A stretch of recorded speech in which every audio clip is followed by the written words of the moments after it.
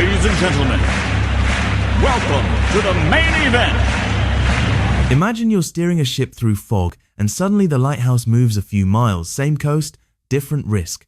That's what a change in cybersecurity guidance feels like for government contractors. Why should listeners care about updates to NIST guidance right now? Because for contractors, the lighthouse isn't just guidance, it's often baked into contracts, audits, and even the ability to keep working with certain agencies. A tweak in expectation can change what counts as secure enough, who pays to fix gaps, and whether a supplier keeps getting work. It's not theoretical. It can hit budgets, timelines, and reputations.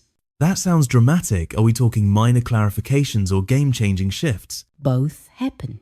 Sometimes NIST tweaks phrasing or adds clarity that nudges enforcement. Other times they introduce new control expectations or tighten definitions around controlled unclassified information and reporting. Even clarifications about continuous monitoring or multi-factor authentication can cascade into costly changes downstream. Downstream, meaning subcontractors and suppliers. Exactly. Big prime contractors will update flow-down clauses and demand proof of compliance. If your sub can't demonstrate the updated controls, they could be excluded from projects. Think of it like a chain of trust. One link loosens, the whole chain is suspect. So what should a contractor do first when an update lands? Panic or a plan? Definitely a plan. Step 1. Triage. Not every paragraph triggers action. Identify which parts of the guidance map to obligations in your current contract. Run a quick gap analysis against those specific control families: authentication, encryption, incident response, supply chain, risk management, etc. That tells you whether you have a paper tweak or a technical hole that needs fixing. Gap analysis sounds like the consultant's favorite magic wand. What does a practical one look like for a small shop with limited security staff? Keep it lean. Start with the controls that are contractually relevant and those that have the highest operational impact: incident reporting timelines, system boundary definitions, user authentication, and anything involving controlled information. Use a simple matrix. Control requirement, current state, gap severity, remediation lead, and estimated cost. Prioritize fixes that lower the most risk per dollar and those that are time-sensitive for contract compliance. You mentioned incident reporting timelines. How can guidance changes affect that? If guidance tightens reporting thresholds or shortens response windows, contractors may need faster detection and escalation workflows. That could mean investing in monitoring tools, hiring or outsourcing a SOC, or rewriting clauses to notify primes more quickly. In extreme cases, failure to meet a compressed deadline could trigger contract penalties. That raises a legal question. If NIST updates change what's expected, who bears the legal risk for non-compliance? The prime, the sub, or both? It's complicated. Contracts typically assign responsibility to each party for their systems, but primes often are accountable to the government for the whole supply chain. If a sub's deficiency causes a breach, the prime could face scrutiny from the agency and may seek indemnity from the sub, so legal exposure can ripple both ways. Clear flow-down language and documented due diligence become critical shields. Sounds like documentation suddenly becomes a lifeline, not just a checkbox. Absolutely. Auditors and contracting officers look for evidence, policies, risk assessments, test results, training logs, and incident records. If you can show intentionality, regular reviews, prioritized remediation, and vendor vetting, you're in a much better position than a contractor who only has a statement of compliance. Let's talk about statements of compliance. Should contractors keep self-attestation in their toolkit, or is that a risky relic? Self-attestation is still used, but regulators are getting more skeptical. When guidance evolves to emphasize continuous monitoring or third-party assessment, a simple attestation might not suffice. Think of attestation as saying, "I locked the door," whereas continuous monitoring is like installing a security camera. The latter provides ongoing evidence. You hinted at supply chain risk management earlier. How might NIST updates push changes there? New guidance often emphasizes supply chain visibility, knowing who touches your data and software. That pushes primes to require sub-vendor lists, software bill of materials, and assurance about development practices. For contractors, that means more paperwork and possibly audits of your suppliers. For software suppliers, it could mean proving secure development life cycles and vulnerability management. That could be a headache for small vendors who rely on third-party components. How should they prepare? Inventory, inventory, inventory. Know what components and services you use and where your data flows. For open source or third-party libraries, track versions and patch status. Adopt a basic vulnerability disclosure process. Even modest hygiene, regular dependency checks and planned patch windows can dramatically reduce risk and satisfy buyers. Budget is always the sticky point. How do organizations balance compliance costs with winning contracts? Treat it like strategic investment, not mere cost. Winning and retaining government work increasingly requires cybersecurity posture.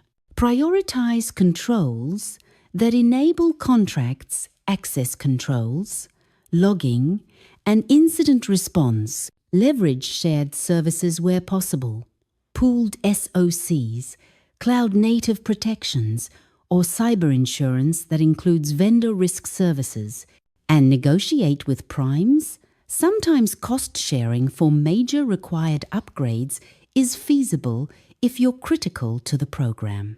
Negotiation interesting. Is it realistic to push primes to share costs? It can be. If the requirement is newly introduced or retroactively applied, primes may recognize that sudden compliance costs threaten project continuity. A transparent proposal showing scope, cost, and timeline can create leverage, but be prepared. Primes will expect documentation of why the upgrade is necessary and how it mitigates risk. Let's get concrete. Can you walk me through a short hypothetical? A mid-sized contractor that handles controlled technical data discovers guidance now requires continuous monitoring. What happens next? Sure. First, they map the requirement to their systems and find their logging is spotty and alerts are infrequent. They perform a focused gap analysis, identifying needed centralized logging, retention policies, and an alerting pipeline. They evaluate options, build in-house, buy a cloud logging service, or subscribe to a managed detection service. They estimate costs and timelines, prioritize quick wins like enabling audit logs and improving access controls, then propose a phased rollout to the prime, immediate mitigations, followed by full monitoring within 6 months. They also start documenting changes and training staff. If the prime agrees to a cost-sharing model for the monitoring platform, implementation accelerates. If not, the contractor must absorb the cost or risk disqualification. Nice. How about human factors? Often the tech gets attention, but people and processes are decisive. You're spot on. Updated guidance frequently stresses training, insider threat awareness, and clear incident response roles. Contractors need to ensure staff know how to spot and report suspicious events, that IT and leadership have rehearsed incident playbooks, and that there are defined escalation paths. A sophisticated tool without trained staff is like a fancy alarm system with nobody watching the feed. Any best practice metaphors you use to explain the balance between strict compliance and practical security? I like the castle and town metaphor. Compliance often focuses on fortifying the castle walls, gates, guards, certifications, but security also needs the town. Good roads, processes, watchtowers, monitoring, and citizens who know to sound the alarm, trained employees. Updates to guidance sometimes add new guardposts, but the town still has to function. Otherwise, the castle is isolated and brittle. That makes sense. Moving toward the end here, how should contractors communicate these changes internally and with customers so it doesn't feel like an emergency drill every time guidance updates? Build a cadence. Set a program-level governance rhythm. A quarterly cybersecurity review that flags guidance changes, assesses business impact, and updates roadmaps. When communicating, be transparent about what's changing, why it matters, what you're doing, and what help you need, whether that's budget, tools, or cooperation from partners. Framing it as risk management tied to contract continuity reduces panic and fosters cooperation. Before we close, what's the bigger picture? What does frequent change in NIST guidance mean for the relationship between government and industry? It signals a maturing conversation. Government expectations are catching up with evolving threats, and that requires industry agility. Ideally, guidance updates spur better security practices that benefit everyone. But there's tension. Too fast changes can strain small vendors and narrow competition. The healthiest outcome is a dialogue, clear timelines, transitional allowances, and collaborative support for vendors to meet higher standards. That invites a philosophical question. Is cybersecurity policy an instrument of risk reduction or a gatekeeping tool that concentrates contracts among large firms who can absorb costs? Both. Good policy reduces systemic risk.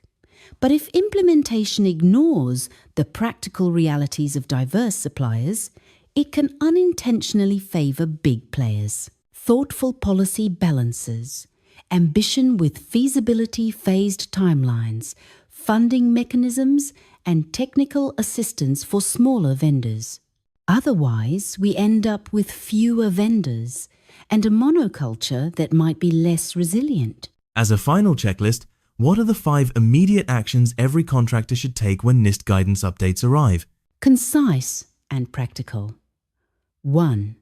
Scan contracts to see which updates map to current obligations. 2. Do a focused gap analysis on high-impact controls. 3.